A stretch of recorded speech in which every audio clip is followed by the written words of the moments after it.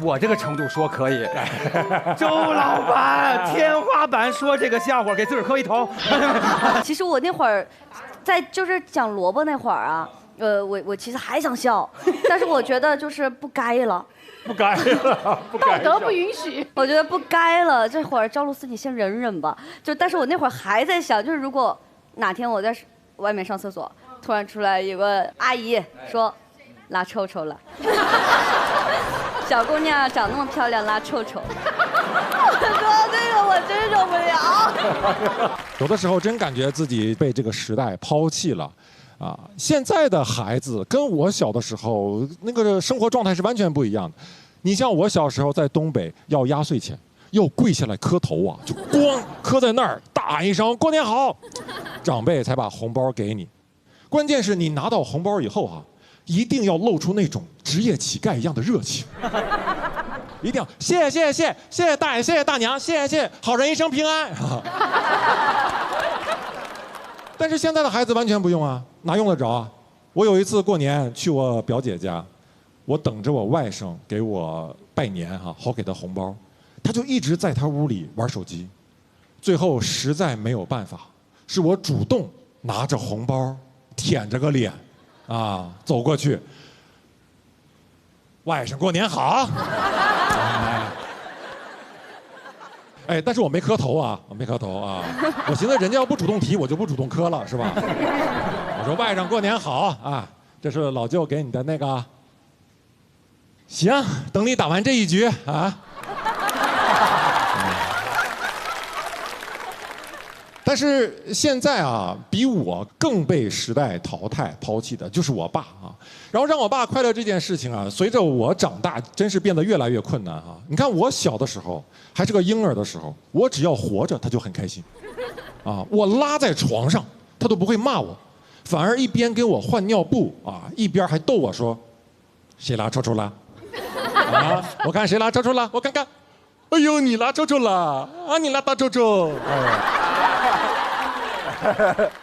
有时候我想啊，我爸要一直保持这种心态哈，他现在你说，哪怕在一个商场厕所干保洁，他都会很快乐。有人从隔间里出来，然后发现我爸在那儿拄着拖布。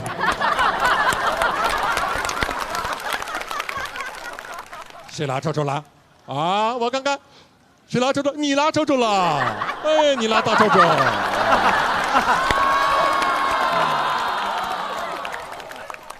但他现在很难快乐啊，为什么？首先呢，对自己的身体焦虑啊。有一年我给他买了一台豆浆机，哎，他说不行，得是破壁机，只有破壁机才能把细胞壁给打破，才能吸收。哎呦，我说爸，那要不咱再等等，你等厂家出破酸机，能打破脱氧核糖核酸。哎，你喝完以后直接基因重组啊，喝完以后长一身肌肉。指缝还往外长刀，你以后收拾鱼哈根本不用剪子，你就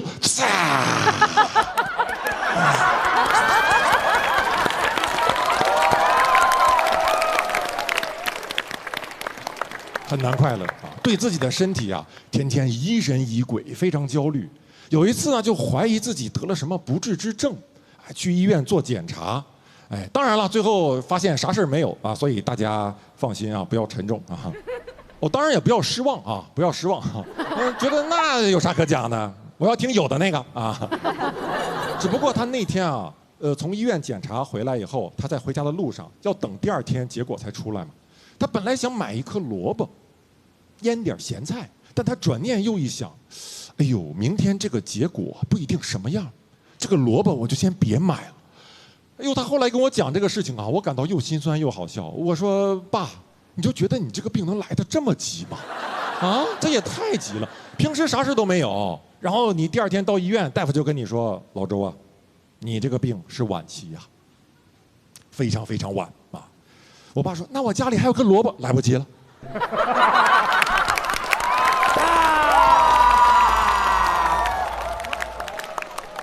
来不及啦，来不及啦。我建议啊，你就在我们这儿吃一口啊。来，小赵，你去食堂给病人打份萝卜啊。哎，其实我们医院食堂啊，晚上菜好，可惜了，哈哈，可惜了。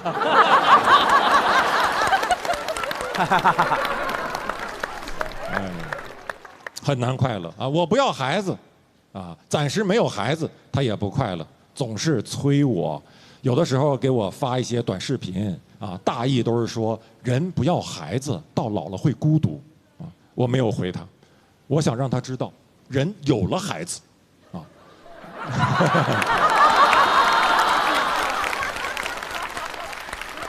你得看是什么孩子，对吧？有一次我就跟他摊牌了，我说：“爸，我暂时不想要孩子。”我爸说：“你懂什么？啊，养儿防老，你现在不要孩子，以后去医院都没人陪你看病，要孩子不就是为了这个吗？”当时我想，哦，原来你当初要我就是因为这个目的啊，那你何必也叫我周奇墨，给我起这种名字呀？你让我找不清自己的定位，你就叫我养老1号。或者陪诊搭子啊，都可以，我不就明白了吗？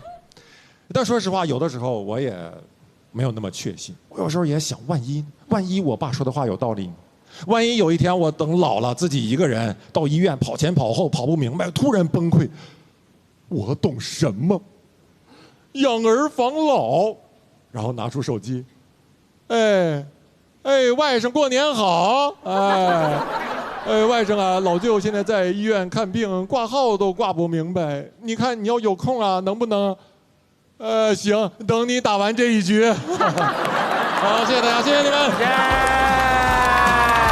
谢谢周老板，周老板，周老板，周老板，天花板就是天花板。周老板怎么样？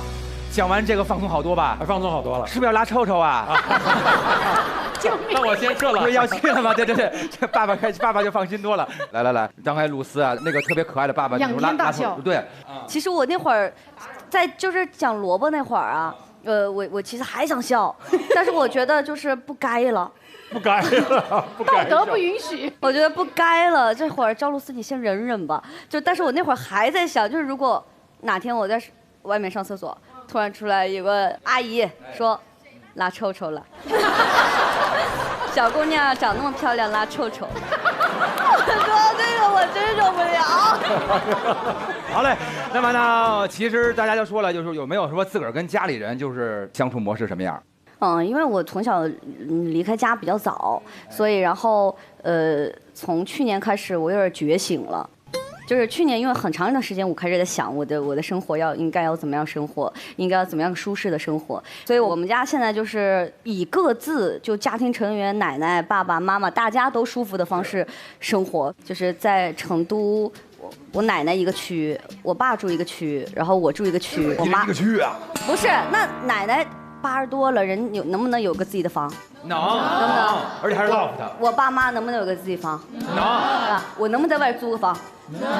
对吧？就是住的就是多孝顺，自个儿租房啊。我是租的，因为我觉得买房现在不划算。真的，我们家现在就是以各自就家庭成员奶奶、爸爸妈妈大家都舒服的方式生活，然后偶尔见一面也更融洽了，也不用再去，比如说他们早上8点要吃早饭就来敲我门，所以我觉得我们家现在这样的方式其实还蛮好的。我们家是这样，前段时间我回家，我爸递给我一管牙膏，然后跟我讲这个牙膏嘴里的什么病都能治，是他在网上买的，10块钱3支。然后那个牙膏我挤到嘴里，连泡沫都没搓出来，就跟我以为我刷了鞋油，就是。怪不得你家现在这么白啊，有道理。你还是用了是吧？3支都用了，10块钱。吐槽归吐槽，但用还是用了啊，是啊，孝心吧，孝心。就是特别的爱咱们，对不对？好嘞，谢谢各位了。现在场子热起来了，朋友们，我们的演员要登场啦！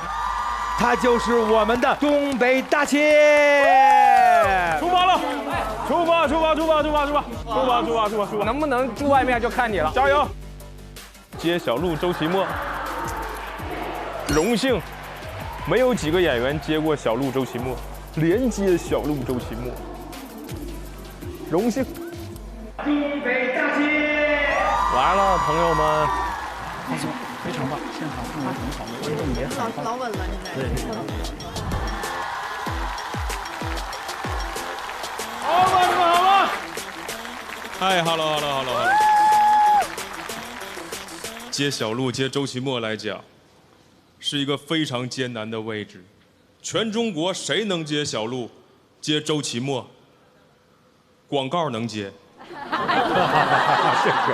有闲置上闲鱼，海鲜市场走一走，低价好物全都有。哎呦，上来就直播。哎，果然是专业观众啊！听着广告知道鼓掌，很棒。让我接周老板，我确实是有点紧张的。导演组说你没事你能接，你就给自己一个心理暗示。他告诉我最幽默。他说什么天花板，我比烟花闪。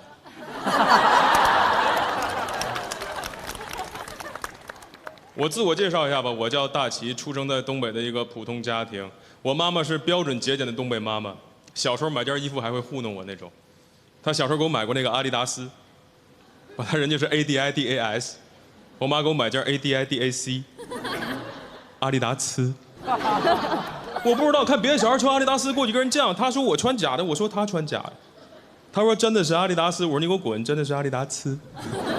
我们两个在那儿犟了大半天，犟到最后都快打起来了。班主任都过来了，班主任一过来他不犟了，因为班主任穿的也是阿迪达斯。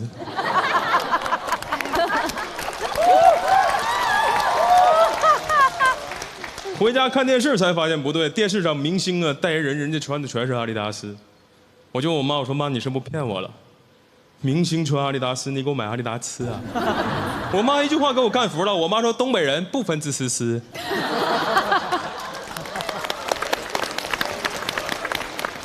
我刚开始还真信，后来自己琢磨好像不对劲。我心想我们那边偶尔也就说不好平翘舌吧，有时候不分什么滋丝丝支吃诗什么的，谁不分呲跟丝啊？见面打招呼问人吃没吃饭，人家说哎撕了吗？我一见到赵露思，我说你好，赵露思。哪有人这么说话呀？我就开始反复质疑我妈，我妈都有点懒得骗我了，说那你同学穿的是真的，行了吧啊？小孩一听这话，自己心里特委屈，都快哭了。他一看我要哭了，说你给我憋回去啊，你穿的也是真的。我说什么意思，妈妈？怎么可能都是真的？什么意思啊？他说阿迪不知道吗？阿迪，最早人德国一品牌，三叶草三道杠。阿迪这牌子最开始在德国就有3位联合创始人，分别是阿迪达斯、阿迪达斯还有阿迪达兹。阿迪达斯。他说我同学穿的是最低配，这次给我买件中配。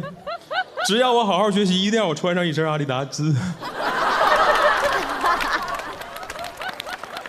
因为穿假名牌，我在学校里有点抬不起头，可能也是后来我自己有点自卑，因为我后来得过一点点那个抽动症。抽动症你们听说过吗？就是小孩跟人说一紧张的时候眼睛会在那块眨来眨去的。我就是一紧张的时候，我左边的眼睛会疯狂的眨。我小时候也这样。那不跟贝克一样吗？我最讨厌背课文，老师一提问背课文，紧张一紧张，左边眼睛眨得飞快。我那会儿就特别希望自己背出来课文的频率能跟眼睛眨的频率是同频的，所以有时候一背就有种莫名其妙的节奏嘛，听起来就特别像现在的 rapper。我举个例子啊，比如一段绕口令，什么南边来了一个喇嘛，手里提了5斤塔嘛，就这么个绕口令，老师要说来，大齐你背一下。我背段绕口令的感觉就是那种，那边来了一个喇嘛，手里提了5斤塔嘛，呜。哦，真有活呀！最后那个，我为躲一下老师撇过来的粉笔头，你知道吗？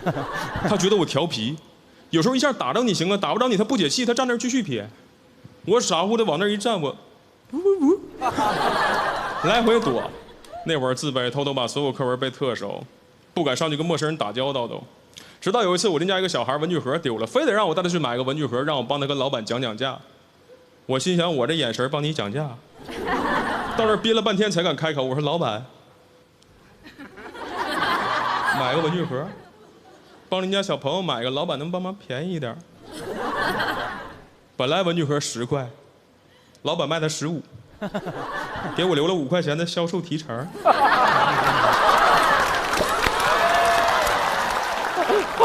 我当时虽然小，明白老板误会了，赶紧过去跟人解释说，老板，啊，再给拿转笔刀。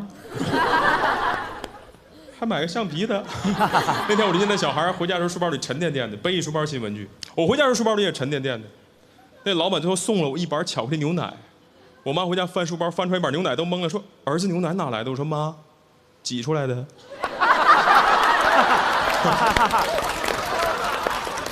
后来我特喜欢带同位朋友去这地方买文具，荣华富贵，全在眨眼之间。一个礼拜最多时候我赚过90多块钱。哇！那会儿在那挣钱挣到自己都有点害怕了，我都怕有一天我这眼睛我康复了都怕。好景不长，学校开始有坏学生站学校门口抢钱。我平时见他们我都绕着走，有回实在没绕过学校，他说：“来，把钱给我掏出来。”我说：“哥，我没有钱。”他说：“没钱揍你没钱，围了5、6个人要上来揍我。”我那会儿喜欢看《精武门》，李连杰演那陈真还记得吗？为了吓我，都开始模仿李连杰，我站那儿来回跳。其实不跳还好，一跳都是零钱，哗啦哗啦响。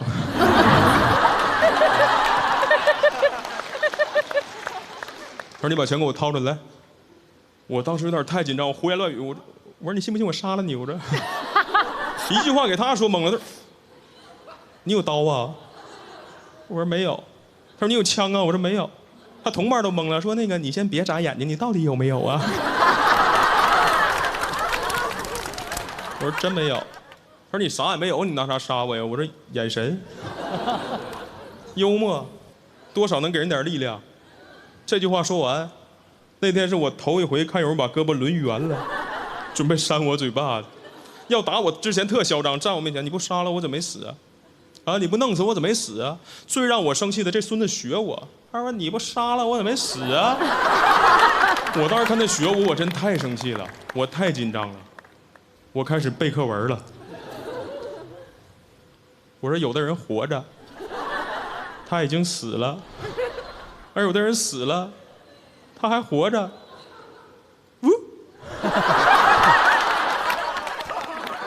说完这个小子没听懂，学习不好，愣那儿了。看他们愣那儿，我赶紧跑了。第二天再从这条路上走，没想到又是他们。我过去我说：“有的人，他说你把嘴闭上。我告诉你啊，今天这条路不给钱你过不去啊。”我说：“这个世界上本没有路，走的人多了也变成了路。”又没听懂，赶紧又跑了。第3天从这条路上走，发现坏了。这孙子拿语文课本站那儿等我，背吧，来吧，背。10岁都不到小孩崽子，你给我背，我看你背什么来，站这儿背来，来。我说：“10年之前，我不认识你。10年之后，我们是朋友。”我说的像疯了一样站那儿翻书包。这句话也是鲁迅说的吗？我说：“陈奕迅。”